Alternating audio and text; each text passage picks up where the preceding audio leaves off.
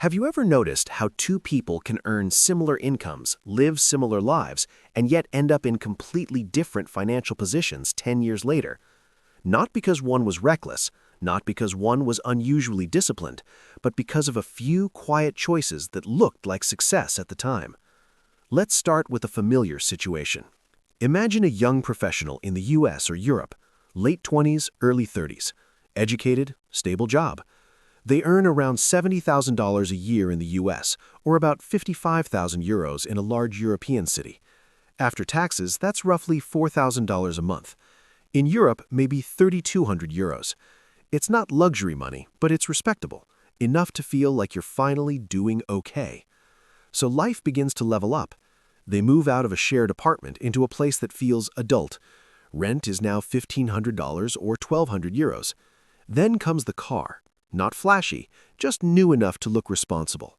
The payment is $400 a month. Add insurance. There's still student debt or education loans, another $300. Credit cards get used for flights, a laptop, furniture.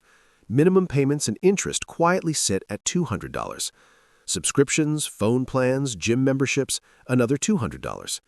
Before food or savings, close to $2,600 or $2,800 is already locked in. Nothing here looks irresponsible. There's no luxury shopping, no gambling, no obvious mistakes. From the outside, this looks like someone who has made it. But here's what's actually happening. The issue isn't spending too much. It's that status purchases turn income into fixed obligations. A car isn't just transportation, it's a 5-year contract. A nicer apartment isn't just comfort, it's a long-term commitment that resets your baseline. Each upgrade quietly reduces flexibility, month after month, year after year. Let's look at the math, without drama. That $400 car payment over 5 years is $24,000. If that same amount were invested monthly at a modest 7% return, over 25 years, it could grow to around $250,000. Not because of genius investing, just time. The $500 difference between a nice apartment and a modest one is $6,000 a year. Over 20 years, steadily invested, that difference alone can reach 6 figures. No extreme sacrifice, just math working quietly in the background. So why do smart, capable people make these choices? Because status purchases are socially rewarded. A newer car signals progress. A better apartment signals adulthood. Being fully set up signals stability. Our brains are wired to interpret these signals as success, even when the balance sheet says otherwise. And modern systems reinforce this. Financing makes everything feel affordable. Monthly payments hide total cost. The question shifts from "is this worth it?" to "can I fit this into my month?" Once lifestyle costs rise, risk disappears. You can't easily invest during downturns. You can't step away from a job you dislike. You can't reduce hours or explore alternatives. You're not broke. You're financially immobile. If this continues for decades, the result isn't disaster. It's something quieter.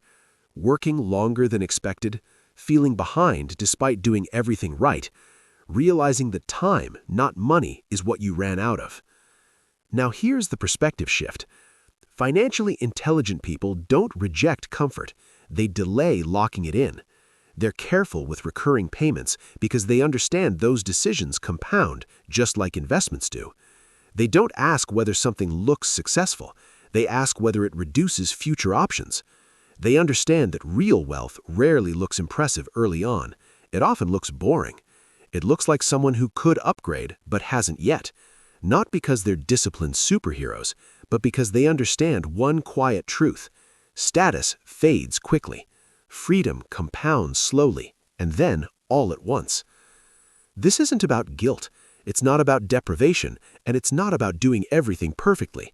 It's about seeing the system clearly, so your choices are intentional instead of automatic. If this perspective helped you see money a little more clearly, consider subscribing for more calm, realistic discussions about modern finances.